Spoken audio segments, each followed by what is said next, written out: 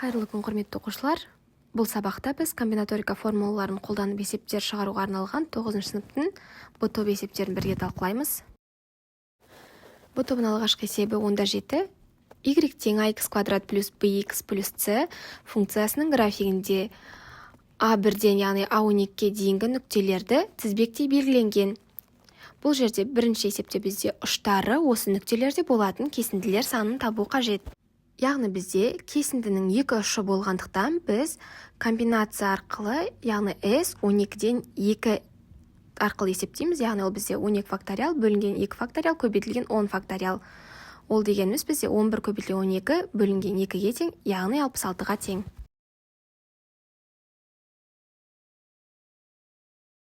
Келесі төбелері осы нүктелерде болатын үшбұрыштар саны.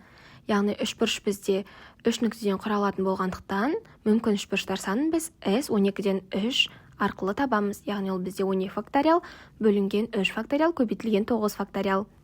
Есептейтін болсақ, 10 көбейтілген 11 көбейтілген 12 бөлінген 1 көбейтілген 2 көбейтілген 3. Ол тең 220-ға. 18-ші есеп. Абонент телефонның 2 цифрын ұмытып қалған. Егер ұмытылған цифрлар әртүрлі екенін ескерсе, онда абонент ең көп дегенде қанша нөмір теруі қажет. Яғни телефон нөмірі әдетте 10 цифрдан тұрады. Егер оның екеуін ұмытып қалған болса, онда біз А 10-нан 2 деп есептейміз, яғни 10 факториал бөлінген 8 факториал. Ол дегеніміз 9 көбейтілген 10, яғни 90-ға тең. Яғни 90 нөмір теруі қажет. Келесі 19-ші есеп. Барлық цифрлары әртүрлі болатын қанша 4 таңбалы сан бар. Яғни 4 таңбалы сан жасау үшін біз 4 орын жазып алайық. Барлық өз бізде 0-ден 9-ға дейінгі сандарды жазатын болсақ, біз бірінші орынға 0-ден өзге қалған 9 санның барлығын жазаламыз.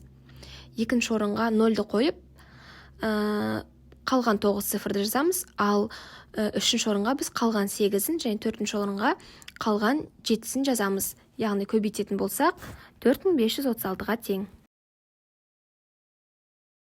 Бұл сабақтағы есептер барлығыңызға түсінікті болды деген ойдамын.